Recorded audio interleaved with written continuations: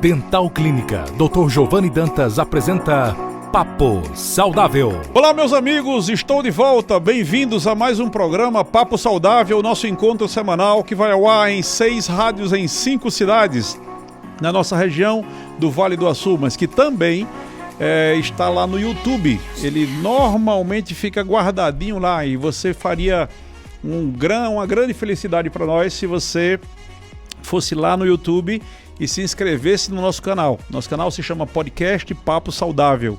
Nós lhe agradeceríamos muito.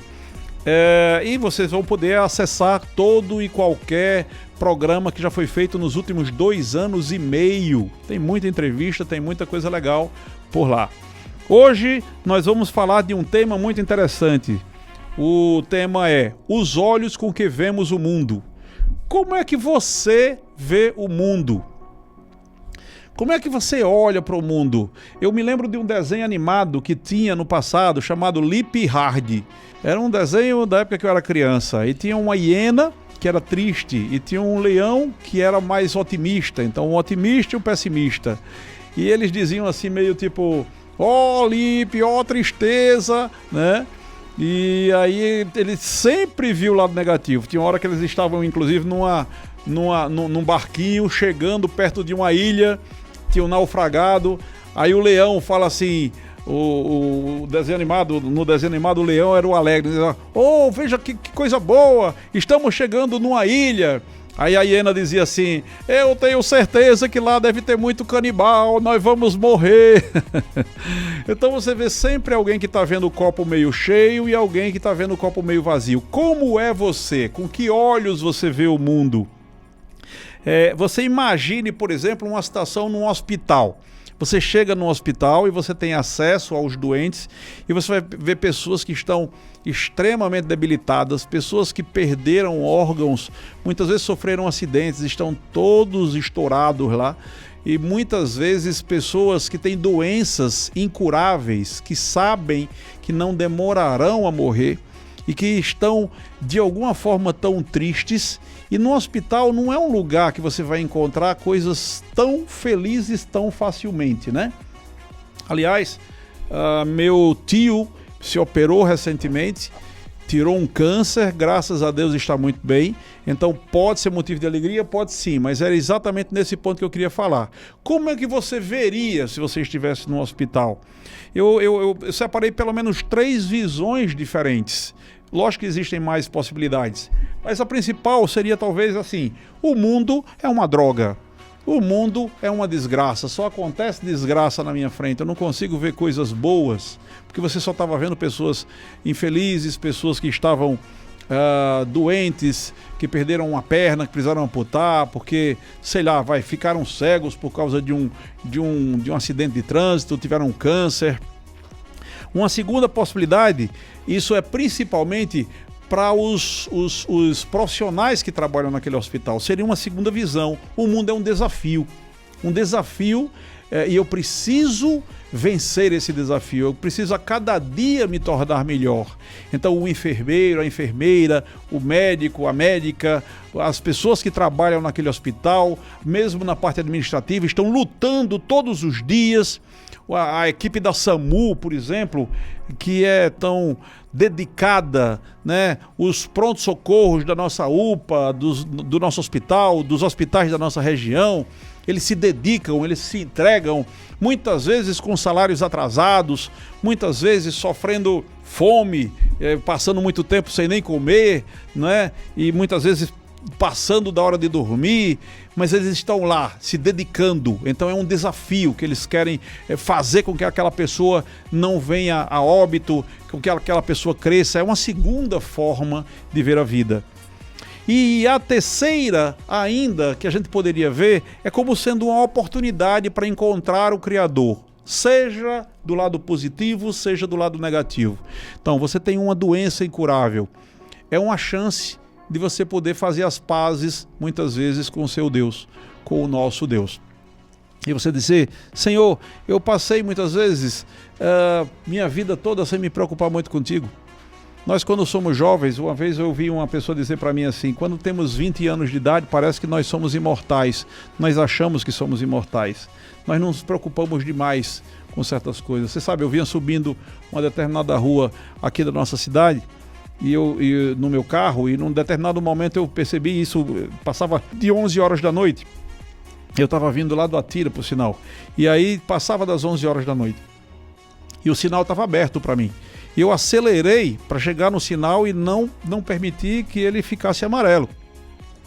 Mas aí eu pensei, existem muitas irresponsabilidades. E aí eu freiei, mesmo o sinal estando aberto para mim. Pessoal, eu freiei, não deu um segundo, passou um motociclista ou um motoqueiro, como vocês quiserem chamar, sem capacete, sem farol, com toda a velocidade do mundo, cortando o sinal que estava vermelho para ele. Meu carro é um carro muito grande, ele pesa 3,5 toneladas. Vocês já imaginaram se eu não tivesse freado aquele carro? O que é que teria acontecido com aquele motoqueiro que estava todo errado? Eu estava todo certo, ele estava todo errado.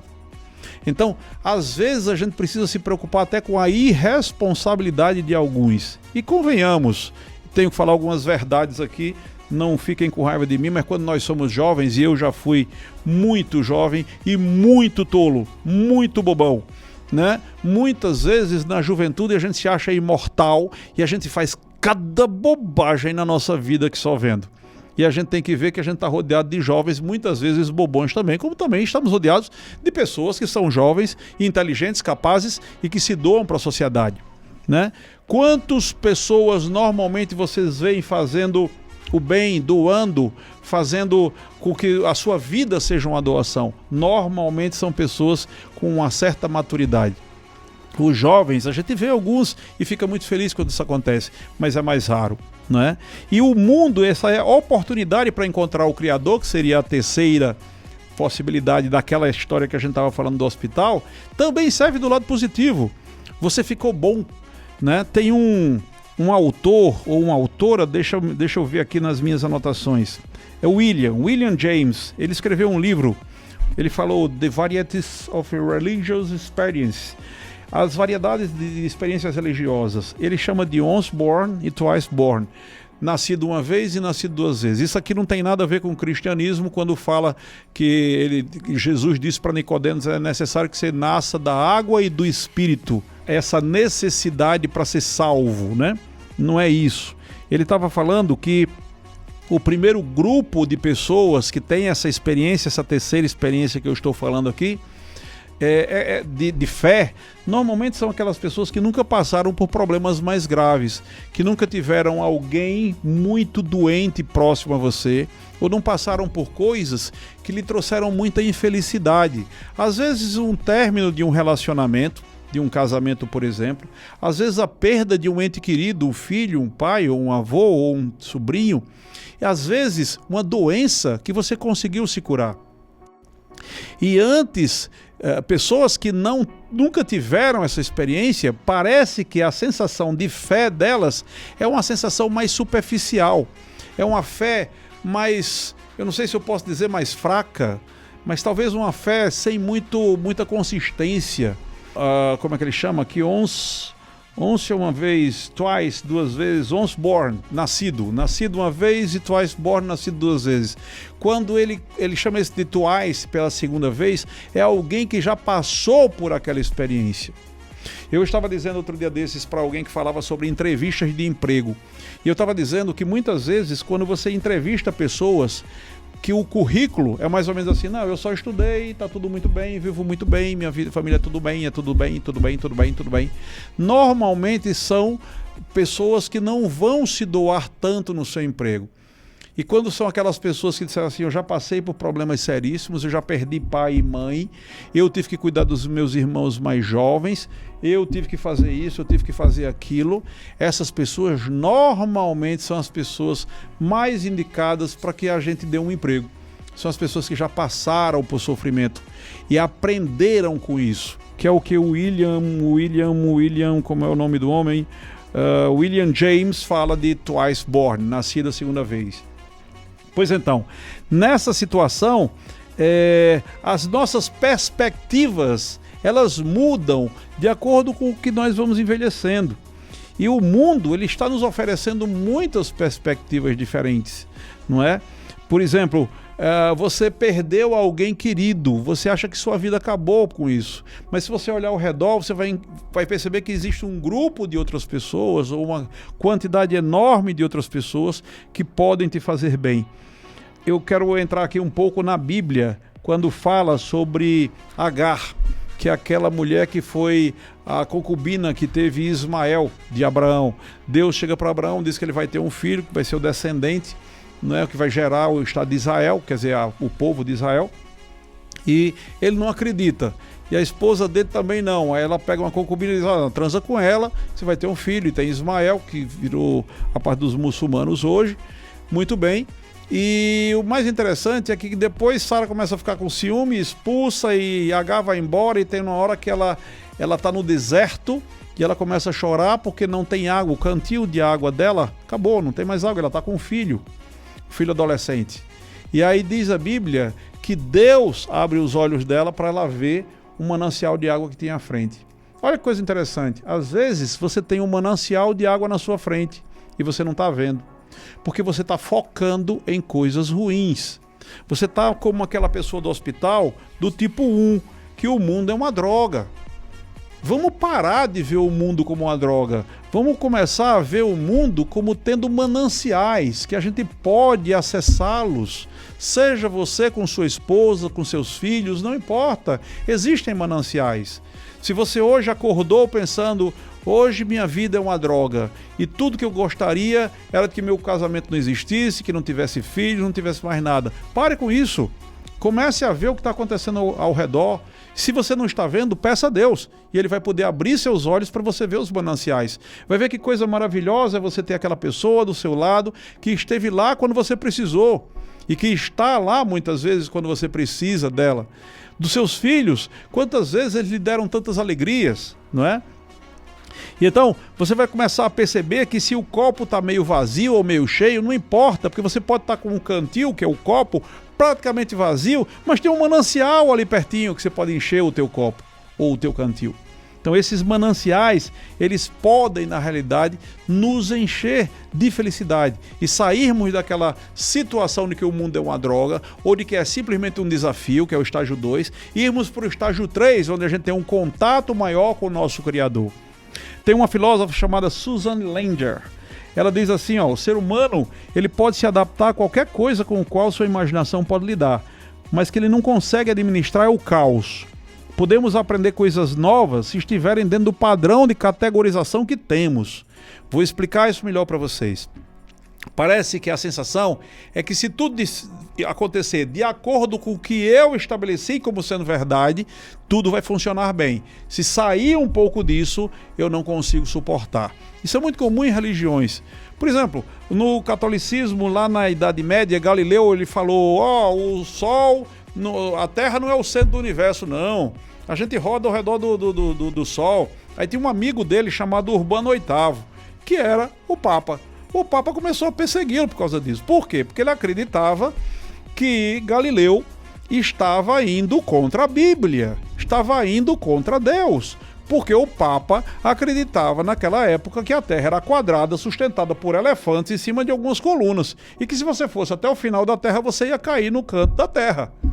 Era isso que ele acreditava. E era mais interessante para ele tentar matar Galileu ou perseguir Galileu do que tentar ver se o que Galileu estava falando era verdade de verdade. Porque dentro da categorização do mundo dele, do que ele acreditava como verdade, tudo que só existia tinha que acontecer do jeito que do jeito que o Papa acreditava.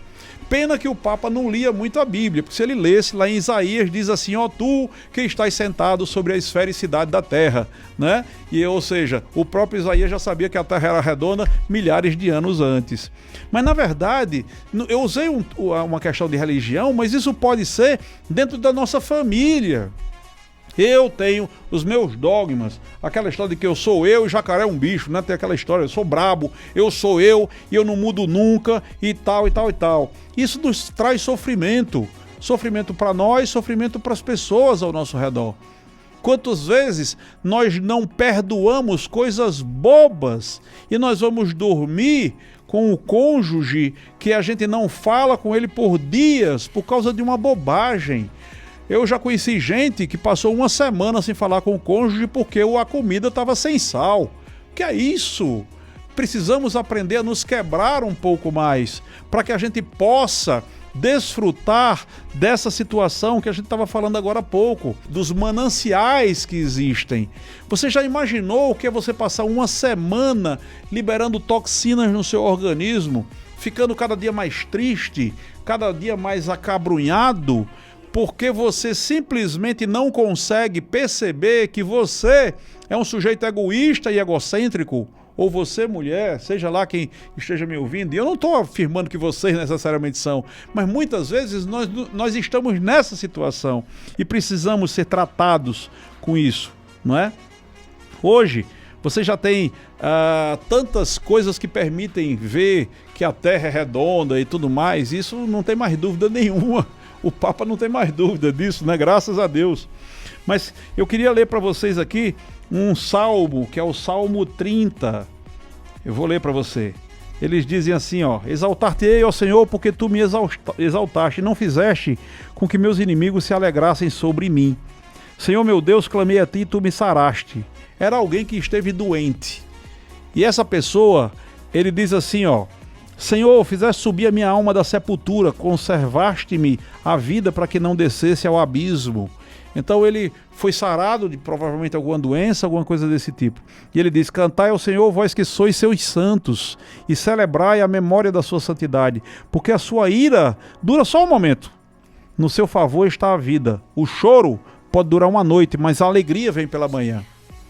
Então ele mostrou que mesmo na tristeza, nós podemos nos achegar a esse Senhor que nos sara. Sara inclusive dos nossos problemas psicológicos. Ele também pode nos ajudar a isso.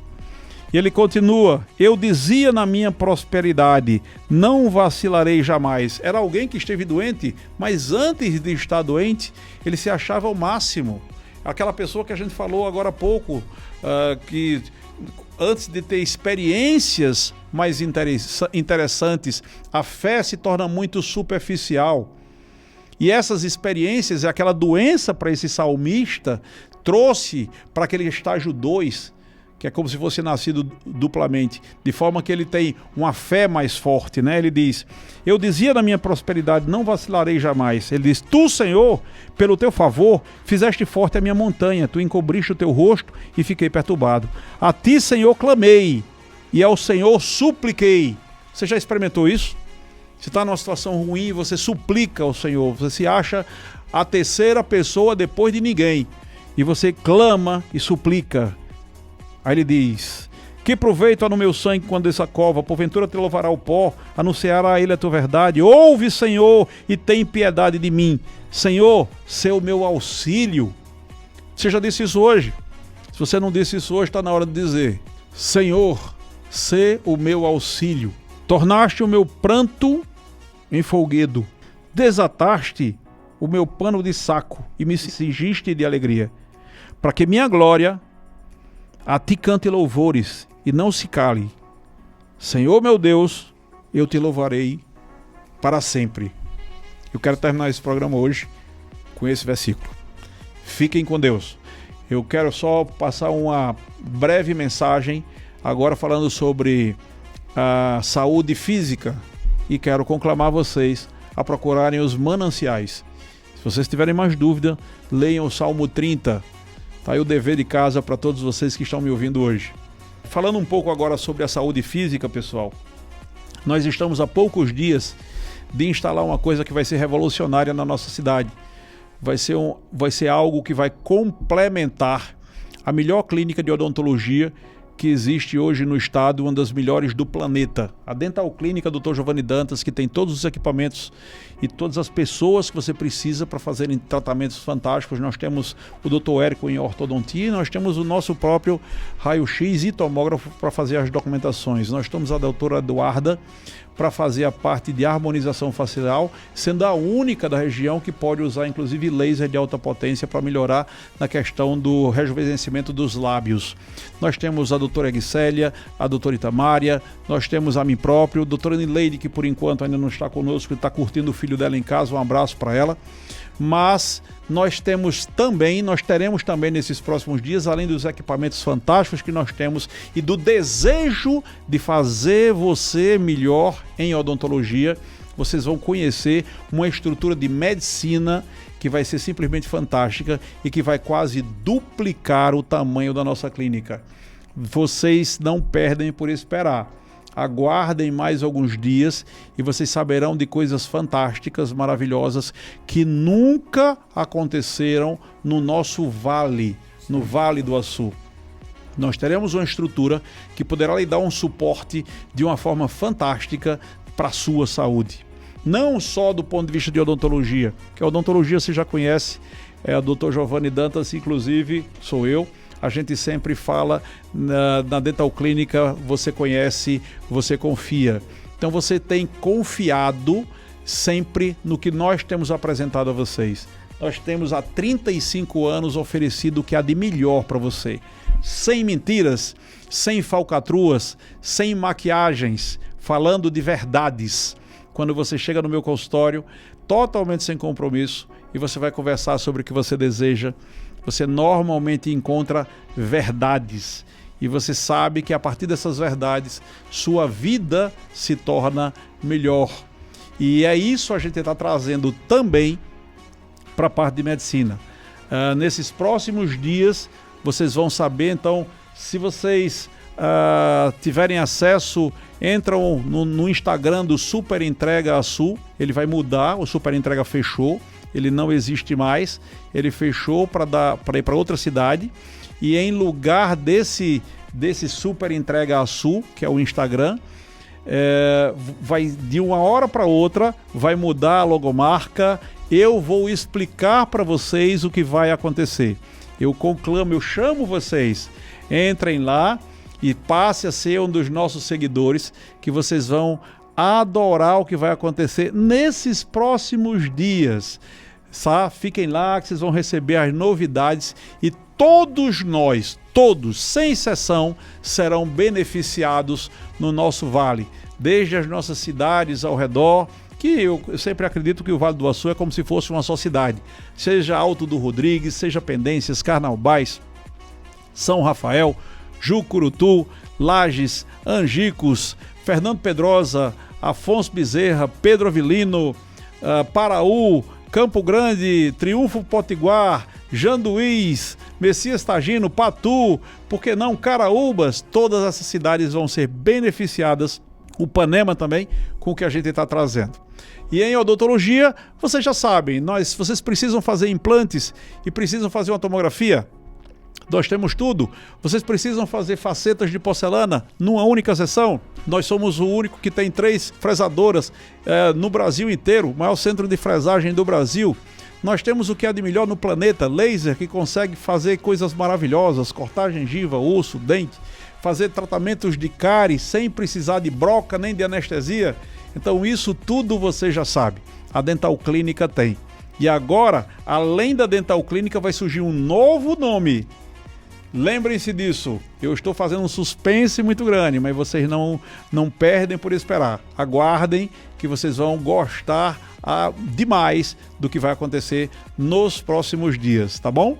Eu quero encerrar por hoje, espero que vocês tenham gostado do conteúdo que nós trouxemos para vocês. Eu quero dizer que nós temos o telefone na Dental Clínica, que é o 999-816640, 999-816640. Vocês podem falar com todas as nossas funcionárias e vocês podem fazer perguntas para mim também. Vocês podem tirar suas dúvidas e podem procurar a Dental Clínica para tirar todas as suas dúvidas totalmente sem compromisso. Espero que vocês fiquem com Deus, que Deus os abençoe grandemente nessa semana, nesse resto de semana que nós ainda temos. Fiquem com Deus, um forte abraço, até a próxima semana, quando eu direi para vocês o que é esse investimento, tá bom? Forte abraço. Acabamos de apresentar Papo Saudável. Próxima semana, neste mesmo dia e horário, estaremos de volta.